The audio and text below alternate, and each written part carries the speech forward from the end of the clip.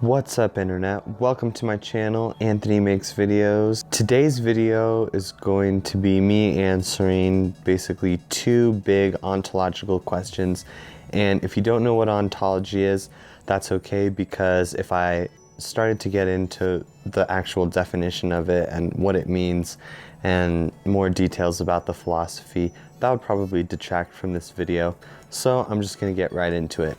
And first, as sort of like a preface to how this video is going to be going and where it's going to be headed, the two questions are: how can we categorize reality, and what are the meanings of being? So along the way, I'm probably going to ask a lot of other side rhetorical questions, and I might or might not answer a lot of those questions. Some I might just leave hanging, some I might dig into a little bit.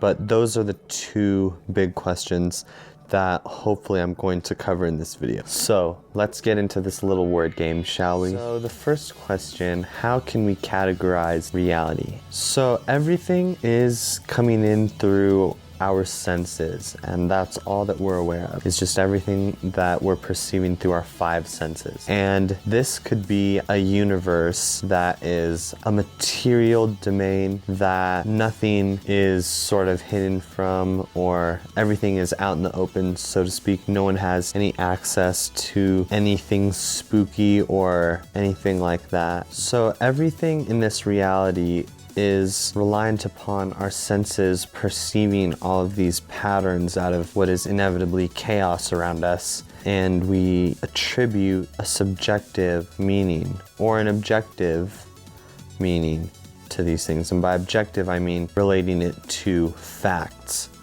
which facts I'll get into in a little bit. So our senses are perceiving what seems to be, at least, or mine are, I don't know about yours, right? Because I'm only trapped in my senses, a universe, which is a domain of matter and energy. You could think of it as a solution in space-time of Einstein's field equations. Everything's all set up with the particular cosmological models that have allowed for life on Earth, which I'm technically a part of as a human, blah, blah, blah. You could get into all that. But from a mental point of view, it could be a solipsistic universe. It could be virtual reality. I'm playing a simulation right now of a particular kind of universe. Or this could be a multiverse. And so there's many ways that this domain of matter and energy could be sort of ultimately sort of set up in a frame of reference to all other possibilities or similar states of existence. But within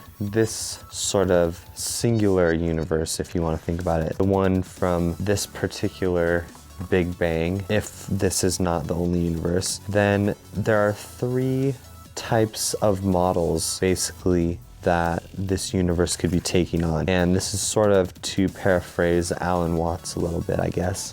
The first model is the ceramic model of the universe, which likens the universe to sort of like a ceramic vase, right? Some elegant piece of art, pottery that God made, and it's his artifact or her artifact or its artifact, however you want to look at it. The second one is the universe as the fully automatic model, which just purely likens it to dumb energy, random cause and effect. It's all just the playing out of the equations of science as we know them and don't know them, everything that we're trying to figure out in them, but it's all just playing out according to those sort of preset patterns. The third model of the universe is the organic model, which likens the universe to a singular organism. And I'm going to get into that in a little bit. Within this reality, though, that we're existing, I think of the quote, "We are not human beings in the universe, but we are the universe in the form of human beings." So that's kind of foreshadowing on which one of the three models I kind of have been more accepting lately, because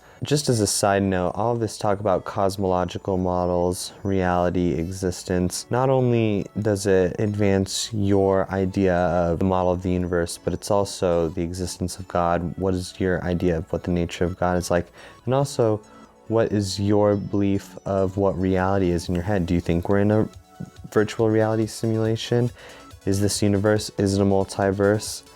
Things like that. But at least within our own singular conscious awarenesses as human beings, there are three categories that I like to think about and put the universe into perspective with. Three kinds of ways of categorizing the chaos, I would say, and that's as either facts, objects of thought, or as the actual existence. So the existence, I've kind of already mentioned, refers to the domain of the matter and energy that everything is playing out within. But of course, this existence would be just purely chaos. There'd be no real experience without some sense of facts. And it is sort of a whole other can of worms to ask, what is the origin of knowledge? What are the origin of facts? Do they come from existence? Are they part of our intuition or our instincts? Furthermore, when we refer to the difference between facts and objects of thought, is it merely that facts have a much more strict adherence to how existence is playing out? That existence is a factual representation of matter and energy, and that things like imagining dinosaurs flying around all of a sudden and them having magical rainbow wings and wizards being real, that those are outside of the limits of reality, but nonetheless they could be objects of thought, and you can manifest